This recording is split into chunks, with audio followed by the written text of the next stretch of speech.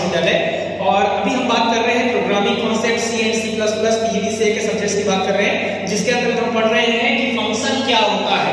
इसके पहले बहुत सारे टॉपिक हमने कवर किया, जैसे डेटा टाइप है, traditional data type, advance data type, tokens की बात हमने की। ये सारा आपको मेरे उसमें वीडियोस में मिल जाएगा, अवेलेबल है प्रीवियस लेक्चर्स में।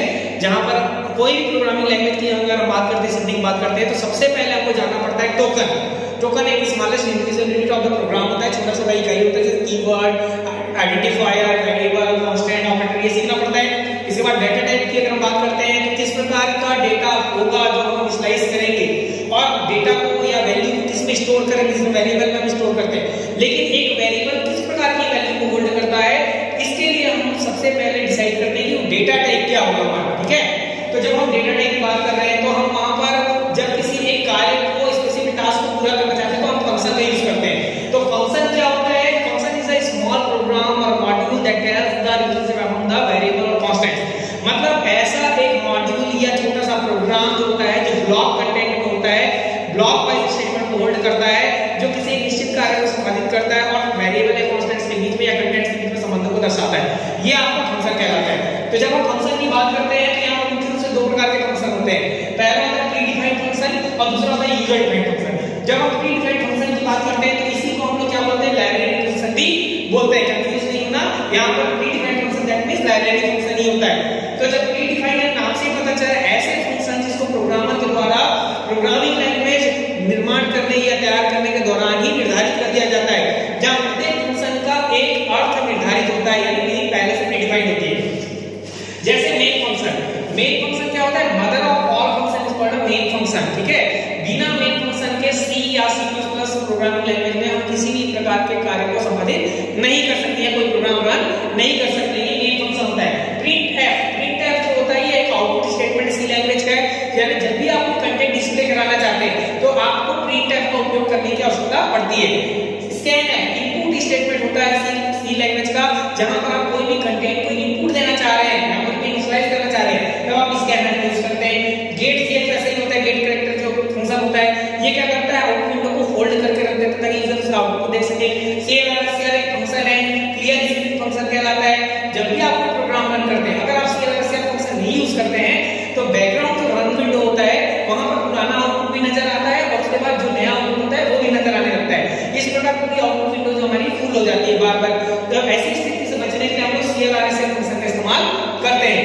ये क्या करता है? जब भी हम प्रोग्राम को रन करते हैं, तो सीएलआरएसआर फंक्शन सबसे पहले बैकग्राउंड को क्लियर कर देता है, यानी जो आउटपुट विंडो है उसको क्लियर कर देता है, पुराने आउटपुट को डिलीट कर देता है, उसके बाद नया आउटपुट को डिस्प्ले करने की सहायता करता है, ठीक है। ऐसे ही बहुत सारे फंक्शन हमारे पास अवेलेबल हैं जो प्री डिफाइंड होते हैं, ठीक। वैसे होता है यूजर डिफाइंड फंक्शन। जब भी हम यूजर डिफाइंड फंक्शन की बात करते हैं, तो कुछ प्री डिफाइंड फंक्शंस होते हैं जिसकी कुछ लिमिटेशंस होती है, लेकिन यूजर की रिक्वायरमेंट जब बहुत ज्यादा होती है और उसको अपनी रिक्वायरमेंट पूरी करनी होती है, तो वो एक यूजर डिफाइंड फंक्शन का उपयोग करता है। जैसे सपोज एरे, इसके बारे में हम पहले भी पढ़ चुके हैं कि group of similar data type is called array. तो एरे की सहायता से अपने कार्य पूरा कर सकता है। क्लास है, क्लास ग्रुप ऑब्जेक्ट्स, ये भी यूजर डिफाइंड डेटा टाइप की तरह वर्क करता है, फंक्शन की तरह वर्क करता है, जिसके द्वारा हम क्या करते हैं? अपने कार्य को पूरा कर पाते हैं। लेकिन जब हम बात करते हैं यूजर की खुद की रिक्वायरमेंट की, तो यूजर अपना खुद का एक यहाँ पर क्या बना सकता है? फंक्शन बना सकता है। आप देख सकते हैं, जैसे मैंने लिखा void in मेरा एक फंक्शन है जिसका नाम है इनपुट देना या इनपुट लेना, ठीक है। मैंने void लिखा, रिटर्न टाइप in लिखा, और उसके बाद मैंने क्या किया? इसका स्कोप क्रिएट कर दिया, यहाँ जो भी मेरे को कार्य कराना है वो मैंने यहाँ लिख दिया।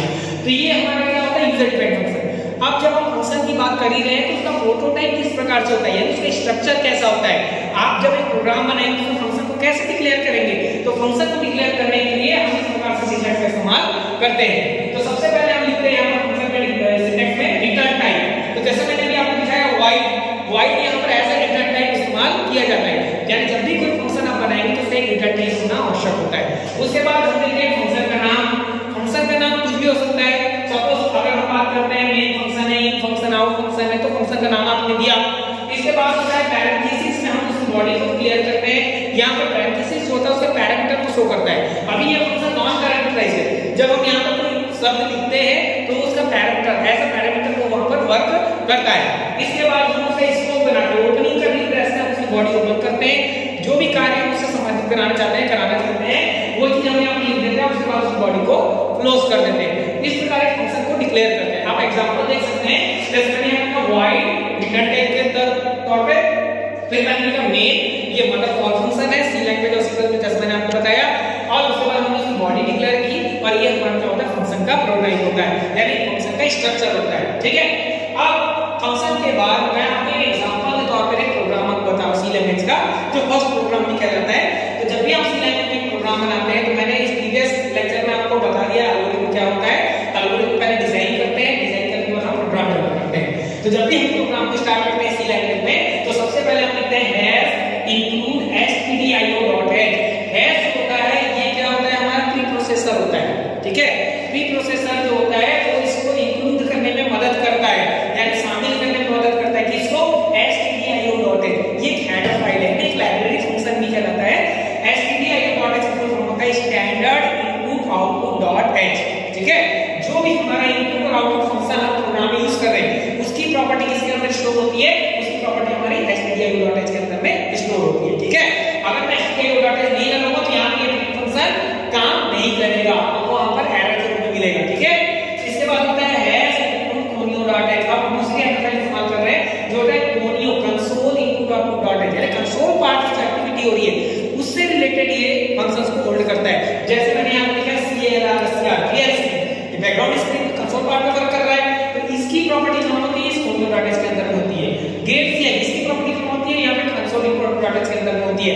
अगर मैं conio.h को नहीं लगाऊंगा तो ये clear से फंक्शन, गेट से फंक्शन काम नहीं करेगा। तो इस तरह पहले मैंने दोनों हेडर फाइल लिया, इसके बाद void एक फंक्शन यूज किया। void एक एम्प्टी डेटा टाइप होता है, एम्प्टी डेटा टाइप होता है जो पास आर्गुमेंट हमने नहीं देता है। उसके बाद आता है main function, mother for function हमने लिखा, मैंने बताया कि इसमें कोई प्रोग्राम नहीं होगा।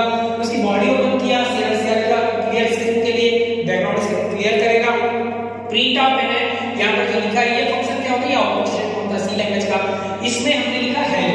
जब भी कोई आप मैसेज पास करना चाहते हैं, वो एज इट इज फॉर्मेट में प्रिंट हो जाएगा जैसा आप इन्वर्टेड कॉमा के अंदर में लिखेंगे। ठीक है, उसके बाद मैंने पैरेंथेसिस क्लोज किया और ये मैंने लगा दिया टर्मिनेशन। ये टर्मिनेशन जो होता है, यहाँ पर सेमीकोलन, ये क्या बताता है कंपाइलर को कि यहाँ पर ये लाइन कंप्लीट हो गई। तो जब भी हम एक लाइन को क्लोज करते हैं, हम उसके आगे क्या लगा देते हैं, सेमीकोलन लगा देते हैं, गेट दिया, इसके बाद कोई बॉडी है नहीं उसकी। अगर आप यहाँ पर सेमीकोलन लगा देते हैं तो वो कंपाइलर की नजर में कि उसकी बॉडी है उसको दिखाई नहीं देगी और उसको अदर लाइन के ऊपर पड़ेगा और एरर से करेगा। तो इस प्रकार हम यहाँ पर एक प्रोग्राम बनाए हैं। अब इस प्रोग्राम को आपको कंपाइल करना पड़ता है। जैसा मैंने आपको बताया है प्रीवियस लेक्चर में कि सी लैंग्वेज जो हाई लेवल प्रोग्रामिंग लैंग्वेज होती है, और कंप्यूटर क्या समझता है, मशीन भाषा समझता है। तो मशीन भाषा में परिवर्तित करने के लिए हमको किसकी आवश्यकता पड़ती है, ट्रांसलेटर प्रोग्राम की, यानी कंपाइलर की जरूरत पड़ रही है। और जैसे ही आप कंपाइल करते हो या अल्टर F9 करते हो, alter plus F9 button press करते हो कीबोर्ड से, तो ये क्या कर देता है, इसको कंपाइल कर देता है, यानी हाई लेवल लैंग्वेज को मशीन लैंग्वेज में परिवर्तित कर देता है। उसके बाद हम प्रोग्राम को, अगर ये सक्सेस हो गया, कोई एरर नहीं है, सक्सेस दिखाएगा, तो उसके बाद आप क्या करते हैं, ctrl यानी कंट्रोल प्लस F9 करते हैं। किसके लिए करते हैं, रन कराने के लिए। जैसे ही आप प्रोग्राम को रन कराएंगे, कंट्रोल F9 बटन प्रेस करेंगे सक्सेस होने के बाद, तो आपको एक आउटपुट विंडो मिलेगा जहां पर आपको ये आउटपुट मिलेगा हेलो। तो इस प्रकार हम एक प्रोग्राम को बनाते हैं, कैरेक्टर स्क्रिप्ट में कोड करते हैं, कोड करने के बाद उसको कंपाइल करते हैं, कंपाइल करने के बाद उसको कंट्रोल F9 की सहायता से रन करते हैं। तो ये हमारा ओवरऑल क्या है, एक फंक्शन को इस प्रकार हम डिक्लेयर करके एक प्रोग्राम डेवलप